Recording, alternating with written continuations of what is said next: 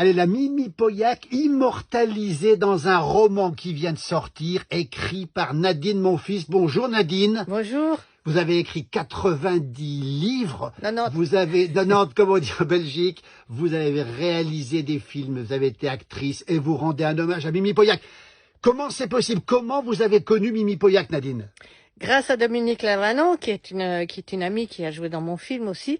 Dominique Lavanant, voilà. Les bronzés font du ski, bah bien oui, sûr vraiment. qu'on la connaît. Dominique Lavanant connaissait la Mimi Pauillac, c'est ça? Ah ben, elle aime bien boire un coup parce qu'elle est bretonne. Oui. Donc elle a repéré les reportages de village. Mimi sur Internet. Elle me les a envoyés. Oui. Et moi j'ai eu un coup de cœur parce que je suis belge. J'ai vécu longtemps place Clochemerle dans un petit village à Île-Saint-Vincent, avec des personnages comme ça autour de moi, dont ma grand-mère qui était un peu ainsi.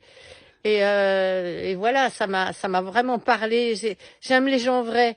Je viens de la culture de striptease, des gens simples, des gens rigolos et voilà, ça m'a beaucoup touchée. Donc j'ai eu envie de la mettre en scène. Nadine, écoutez, alors elle occupe 2 chapitres. Le mot rackaby vient 6 fois au moins dans le roman, Nadine. Bah oui, avec le sirop Tesser, hein, quand même. Avec le sirop Tesser.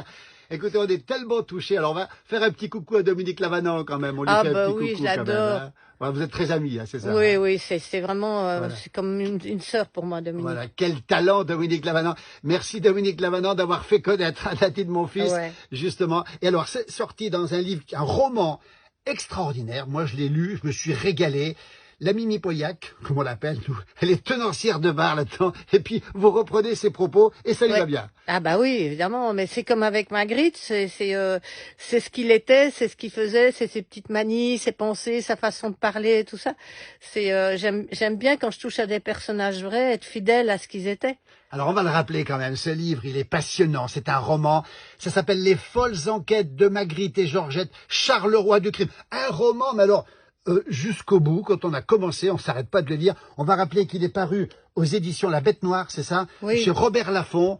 Il faut absolument l'avoir. Grâce à Glenn Tavenec, mon éditeur, parce que l'idée est née de nous deux, quoi, de notre amitié, de notre complicité, et je lui dois beaucoup.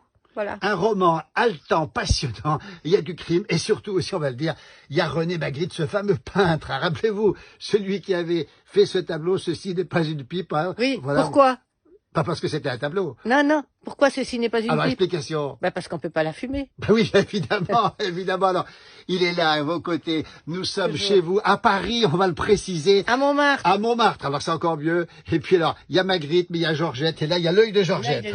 Cadeau de mon fils. Ça, Magritte, surréaliste. Vous êtes une écrivaine, comment vous Écrivain. Écrivain, surréaliste. Le roman est haletant, ça s'appelle Les folles enquêtes de Magritte et Georgette. On rappelle La Bête Noire chez Robert Laffont. Et là-dedans, il y a plein de choses passionnantes et vous rendez plus qu'un hommage à René Magritte. Vous connaissiez un peu son environnement, vous avez connu j'ai rencontré sa femme, j'étais chez lui. Malheureusement, lui était déjà dans les étoiles ou dans la lune. Oui. Mais voilà, c'est un personnage qui est tout le temps avec moi, qui me hante, et j'ai fait un travail de recherche énorme parce que je voulais à la fois faire découvrir qui il était vraiment, le gamin espiègle aussi qu'il était, et aux gens qui le connaissaient pas, et ceux qui le connaissent, encore faire découvrir des anecdotes parce que j'ai interviewé aussi des gens qui l'ont connu, qui sont encore sur cette terre aujourd'hui. Et voilà. Il est passionnant, on découvre, alors on précise bien, on découvre ce fameux peintre, mais qui mène l'enquête. Et là, vous avez quand même inventé l'enquête, hein, quand même. Oui, ben, bien sûr, évidemment, et plein d'autres choses. Mais Magritte était un passionné d'histoire de détective. Oui. Donc je me suis dit que ça lui aurait plu de mener des enquêtes, quoi, oui.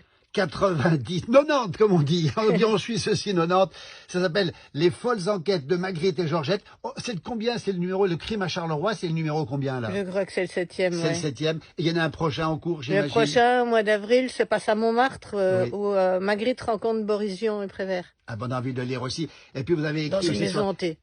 Dans une maison hantée. Qui existe vraiment, hein, qui existe vraiment. Oui, oui. Ça c'est extraordinaire. On reverra Nadine Monfils un de ces jours. On va rappeler aussi que vous avez écrit sur l'inspecteur Léon, c'est ça, celui qui tricotait. Léon. Commissaire, pardon, qui tricotait, hein, c'est ça. Celui qui tricote en cachette depuis qu'il a arrêté de fumer, il fait des paletots pour son chien. Et donc j'en ai fait un film, Madame Édouard. Alors important ce film, absolument. Et on va on peut le voir sur YouTube en entier. Absolument. C'est avec Dominique Lavanant, Balasco, Didier Bourdon, Michel Blanc, Annie Cordy, oui. Rufus, oui. Andrea Ferraiol, Bouli Lanners et une musique de Benabar. Voilà, et on va préciser une chose, c'est que l'un de vos meilleurs amis s'appelle Jean-Pierre Jeunet, on va le saluer aussi, parce que le fabuleux destin d'Amélie Poulain, alors là, c'est vraiment des choses qui nous plaisent, tout ça, nous. Bah oui, il habite ici, Jean-Pierre. C'est votre voisin, en plus. C'est mon voisin, mon ami. Ouais. Voilà. Bah, écoute, Nadine, mon fils, on est tellement heureux de vous avoir. Merci au nom de la place du village pour l'hommage rendu à Mimi Pauillac. 2 chapitres, le mot rackabi qui vient, et le sirop Tesser, on l'oublie pas. Et c'est pull en jacquard tricoté, j'adore. C'est pull en jacquard tricoté avec des delphèges dessus. Ah, j'adore. Bah, écoutez, on est content d'avoir rassemblé Magritte, le peintre surréaliste avec notre Mimi Pauillac. Il aurait aimé, je crois. Nadine, mon fils, on vous adore. On vous recommande à toutes celles et ceux qui aiment les romans. Ça s'appelle Les folles enquêtes de Magritte et Georgette, Charleroi du crime. Ça se trouve partout. Il vient de sortir en plus. Hein. Ouais, il vient de sortir.